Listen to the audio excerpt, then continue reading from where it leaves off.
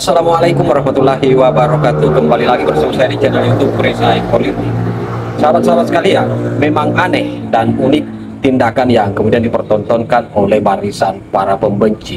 Roy Suryo beserta gerombolannya hanyalah sebatas pion yang kemudian dimanfaatkan oleh antek asing untuk melakukan adu domba antara rakyat dengan pemerintah. Terbukti hari ini, anak-anak Abah yang selama ini getol meneriakkan khilafah dengan organisasinya yang sudah dibubarkan oleh Bapak Joko Widodo, yakni HTI dan FPI, akhirnya muncul kembali dan mereka berteriak untuk kemudian mengubah NKRI menjadi negara khilafah. Kita memahami bahwa Indonesia ini terdiri dari berbagai macam suku, berbagai macam budaya, agama yang kemudian tetap satu dalam bingkai NKRI yang berlandaskan falsafah negara yakni Pancasila.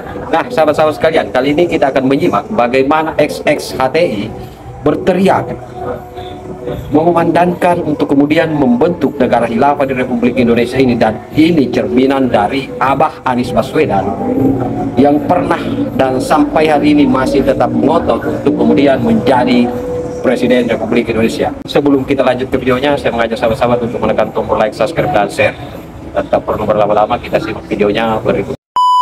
Itu palsu. Iya. Bagaimana mungkin bisa sampai pada simpulan ijazah palsu? Loh, Bang Rismon sendiri mengakui kan, Bang Rismon tidak pernah memegang ijazah Jokowi kan? Begini, saya ingin mengedukasi gugup bahwa apa yang diklaim di dunia media sosial, bahwa yang diklaim oleh Dian Sandi Utama bahwa ini ijazah Jokowi asli, fotonya ini, ya saya bantah. Karena dia sendiri mengatakan ijazah Jokowi asli, saya bantah. Isi bantahnya apa? Bahwa berdasarkan ELA itu banyak sekali potensial edit. Ya, potensial edit terutama copy paste, terutama di situ bahwa sebaran dari kompresinya itu tidak seragam. Maka itu potensial edit sangat tinggi. Terus saya uji juga dengan deep fake probability hampir 70%, Bang. Lewat dari 50%, maka kita harus menyimpulkan bahwa itu cenderung fake. Mungkin akan aman kalau kalimat Bang Rismon bukanlah ijazah Jokowi palsu. Betul. Kalimatnya begini, ijazah yang diperlihatkan oleh Sandi, ijazah Jokowi yang diperlihatkan oleh Sandi itu palsu. Nah, itu baru mungkin. Memang itu kan. Memang itu. Yang ijazah Jokowi yang diklaim asli oleh Dian Sandi, kita harus jawab lewat apa? Ya bukan lewat subjektif, oh itu palsu, ya bukan begitu. Ada tools, ya kan, error level analisis, mendeteksi sebaran kompresi dari citra digital itu, dan memang banyak sekali yang terdeteksi itu hasil editan. Saya jihadis tapi saya juga strukturalis ya, makhluk langka nih, tinggal dijagain sama dikader, harus mengkader memang. Nah, buat teman-teman, mari kita mengupayakan pemerataan dan penyamaan frekuensi informasi, edukasi serta peran keumatan dan kebangsaan untuk Islam al-Muslimin melalui multimedia, multimetode, dan multistrategi. Nah, kalau mau menang ya belajar dari Taliban. Sekarang kalau sampai Pak Anies Baswedan menang, ya, dan jaringan yang saya bangun selama hampir 40 tahun juga nanti saya akan bilang, pulihkan Hizbut Tahrir. Pulihkan Hizbut Tahrir. Pulihkan Hizbut Tahrir. Ada 4 perkara arah perubahan kita semua. Pertama adalah rubah prinsip kedaulatan rakyat menjadi kedaulatan di tangan Allah, di tangan syara. Asyadatu li syar'i, artinya adalah tinggalkan seluruh hukum dan sistem jahiliyah dan tegakkan hanya syariat Islam saja. Yang kedua, saudara-saudara sekalian, perubahan yang harus kita lakukan adalah merubah kekuasaan yang saat sekarang ini berada di tangan pemilik modal menjadi murni di tangan kita, di tangan umat. Inilah arah perubahan yang kedua, saudara-saudara. Lupa saya tahunnya, teman-teman. Di GBK nih. Ketiga adalah hancurkan sekat-sekat nasionalisme yang telah memecah belah kita semua. Angkat satu orang khalifah untuk menyatukan umat. Karena itu maka umat akan betul-betul menjadi ummah wahidah. Itulah arah yang ketiga. Dan yang keempat adalah jadikan hak tabani berada di tangan khalifah. Tinggalkan proses penentuan hukum perundang-undangan buat penerusan oleh voting. Tinggalkan. Waduh.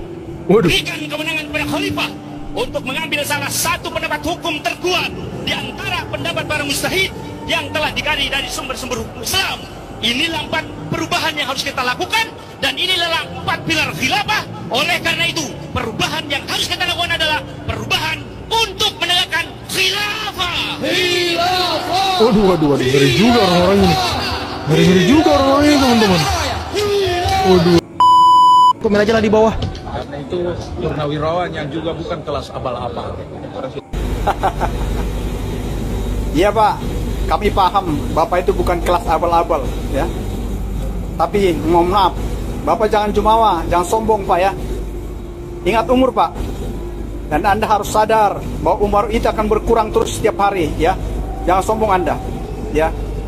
Terus Anda merasa sebagai purnawirawan yang bukan kelas abal-abal, terus mau memakzulkan wapres yang dipilih rakyat 58%. Betul. Mikir Anda ya. Anda harus paham di situ.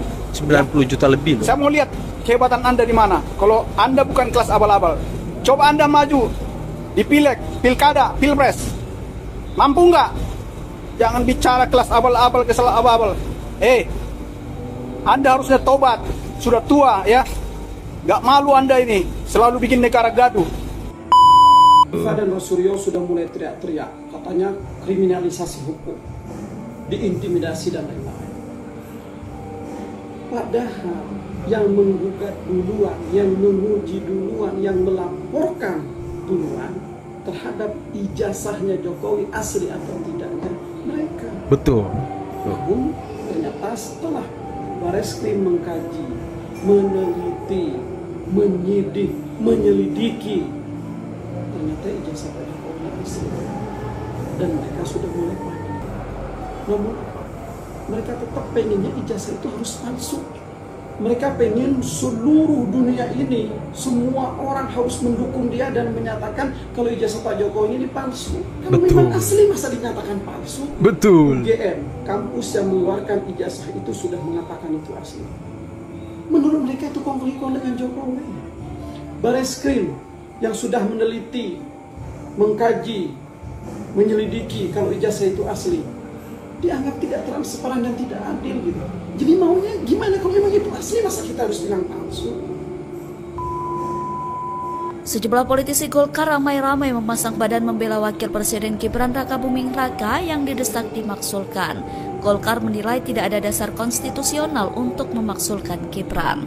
Bahkan Golkar menyebut surat pemaksulan Gibran yang dikirim ke MPR dan DPR tidak bisa ditindaklanjuti. Tidak bisa ditindaklanjuti, disampaikan ya oleh kan? Ketua Fraksi Partai Golkar MPR RI, Melkias Markus Mekeng, pada Rabu 4 Juni.